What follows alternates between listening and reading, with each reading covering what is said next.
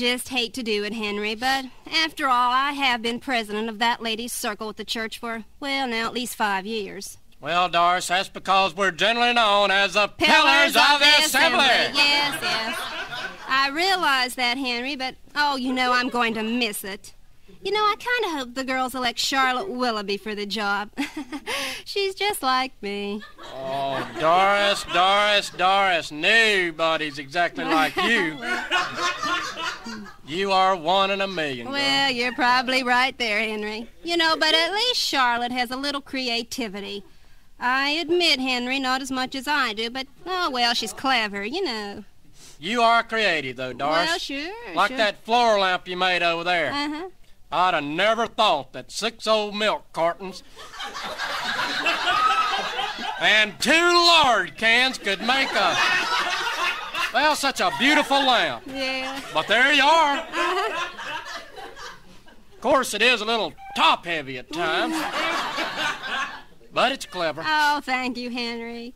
I just feel like Charlotte would make a much better president than Fran Johnson. Speaking of lard, Doris...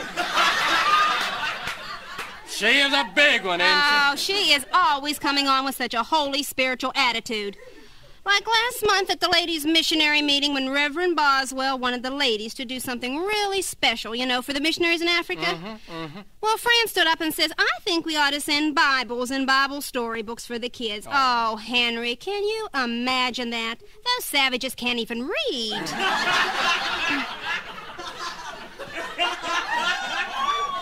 Well, Doris, you know how Bob and Fran Johnson are. Well, yeah. I hate to say this, but they're just not very bright. That's the truth.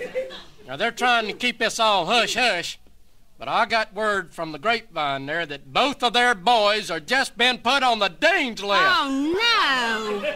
Our kids were never on a list like that. Oh, never. Our children never got in trouble, Henry. Straight C's.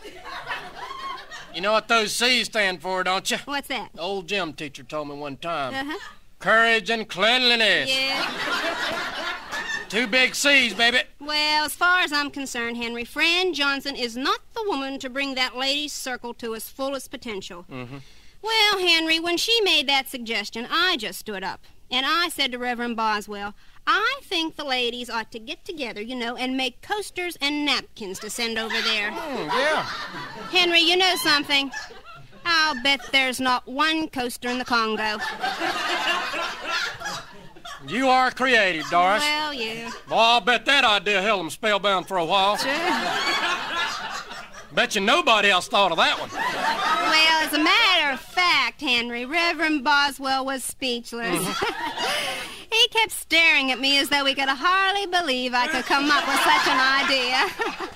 Well, I imagine you just couldn't figure out how you and I can be so active in that church. Yeah? I mean, down to the technical things, and still have that creativity about it. Yeah, you're probably right there.